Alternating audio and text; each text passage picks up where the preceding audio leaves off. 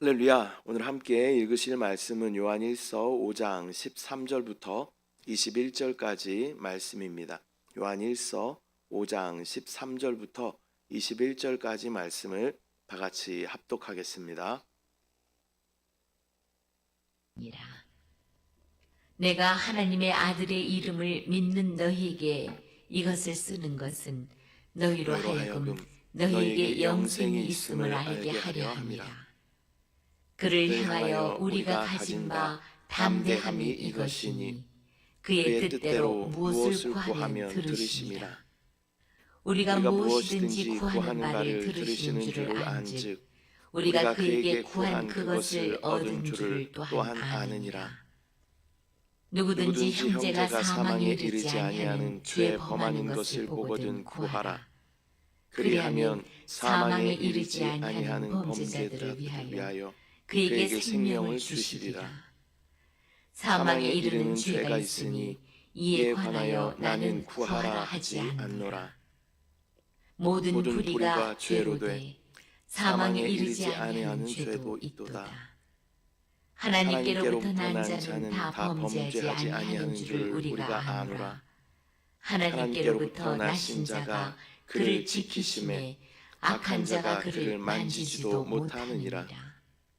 또 아는 것은 우리는 하나님께 속하고 온 세상은 악한 자 안에 처한 것이며 또 아는 것은 하나님의 아들이 이르러 우리에게 지각을 주사 우리로 참된 자를 알게 하신 것과 또한 우리가 참된 자 곧 그의 아들 예수 그리스도 안에 있는 것이니 그는 참 하나님이시요 영생이시니라. 자녀들아 너희 자신을 지켜 우상에게서 멀리하라. 아멘. 할렐루야. 오늘은 요한일서 5장 13절부터 21절까지 말씀을 우리가 함께 읽었습니다. 요한일서 이 마지막 단락은 알게 하기 위함이다라고 분명히 그 목적을 말하고 있습니다.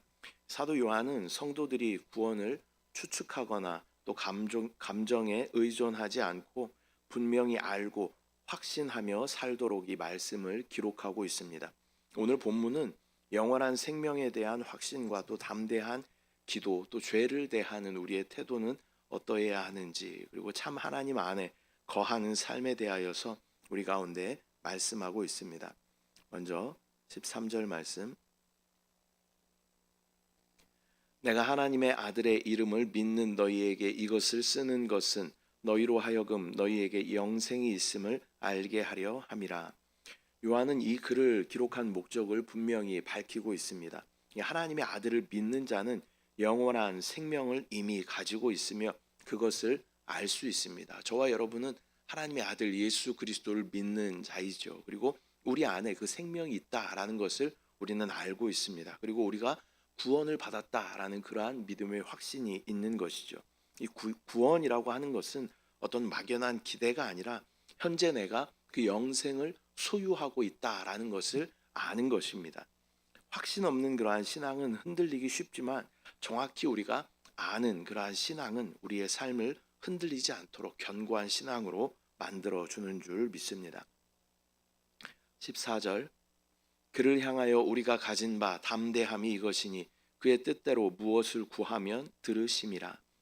영원한 생명의 이러한 확신은 하나님 앞에서의 우리의 태도를 바꾸어 주게 됩니다. 우리는 두려움이 아니라 담대함으로 하나님 앞에 나아갈 수 있습니다. 또한 하나님 앞에 나아갈 수 있는 영원한 보증이 있는데 그것은 바로 예수 그리스도의 보혈인 줄 믿습니다. 그 보혈을 의지하면 우리는 우리의 모든 죄를 주님께서 사하여 주시고 죄 없는 우리의 상태로 우리는 하나님 앞에 나아갈 수 있게 되는 줄 믿습니다. 기도의 핵심은 또한 하나님의 뜻에 맞는 간구를 하는 것입니다. 때로는 우리는 나의 뜻대로 나의 원대로 구할 때가 있습니다. 그러나 하나님의 뜻에 합당하지 않은 기도는 하나님께서는 응답하지 않습니다. 그래서 우리 가운데 응답되는 기도는 나의 뜻과 하나님의 뜻과 합하여졌을 때 그 기도가 응답되는 기도인 줄 믿습니다. 또한 나의 뜻과 하나님의 뜻이 합하여지지 않으면 그 기도는 응답되지 않을 수도 있습니다. 그래서 응답되지 않았다고 해서 하나님 나의 기도를 들으시지 않는가가 아니라 하나님의 응답의 방법에는 침묵하시는 것도 있습니다. 또한 응답하지 않는 것도 있다라는 것을 우리는 알아야 할 줄 믿습니다. 하나님의 뜻 안에서 드려지는 기도는 결코 헛되지 않는다라는 것을 기억해야 할 줄 믿습니다. 15절 말씀. 우리가 무엇이든지 구하는 바를 들으시는 줄을 안즉 우리가 그에게 구한 그것을 얻은 줄을 또한 아느니라. 하나님께서 우리의 기도를 들으신다는 확신은 응답이 이미 보장되었다라는 그러한 믿음으로 또한 이어집니다.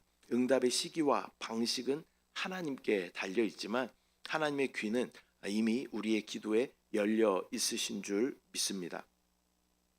16절. 누구든지 형제가 사망에 이르지 아니하는 죄에 범하는 것을 보거든 구하라. 그리하면 사망에 이르지 아니하는 범죄자들을 위하여 그에게 생명을 주시리라.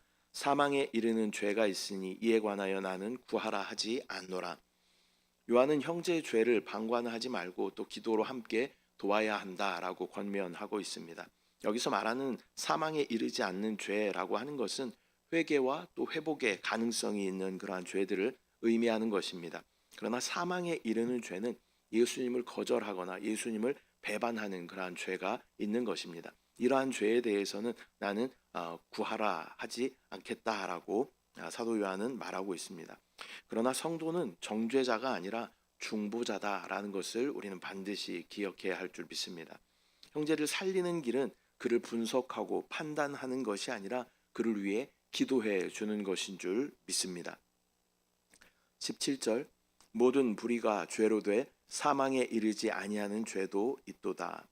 모든 불의는 죄이지만 모든 죄가 사망에 이르는 것은 아닙니다. 죄라는 것은요, 관역을 벗어났다, 하말타노라는 이 원어를 쓰는데 관역을 벗어났다라는 그러한 의미를 가지고 있습니다. 그래서 하나님의 뜻을 벗어난 모든 것이 죄다라고 하나님께서는 규정하고 있습니다. 하나님의 뜻은 어디에 있어요? 예수 그리스도 안에 있는 줄 믿습니다. 예수 그리스도는 의이셔요. 그렇기 때문에 모든 불의가 죄다라는 것은 예수 그리스도 의이신 그분의 뜻대로 행하지 아니한 모든 것이 죄다라고 말씀하시는 것인 줄 믿습니다. 그래서 우리는 반드시 그분께 묻고 그분 안에 있어야 하며 그분이 내 안에 계시고 우리의 삶을 인도하여 가신다라는 것을 믿음으로 바라보고 순종할 때 우리는 하나님의 뜻에 합당한 자들이 되는 줄 믿습니다. 이 말씀은 죄를 가볍게 여기라라는 그러한 의미가 아니라 하나님의 은혜 안에 있는 회복의 길을 또한 강조하시는 그러한 말씀입니다. 죄를 미워하되 회개하는 자를 포기하지는 말아야 한다라는 그러한 말씀인 줄 믿습니다. 18절 말씀. 하나님께로부터 난 자는 다 범죄하지 아니하는 줄을 우리가 아노라. 하나님께로부터 나신 자가 그를 지키심에 악한 자가 그를 만지지도 못하느니라.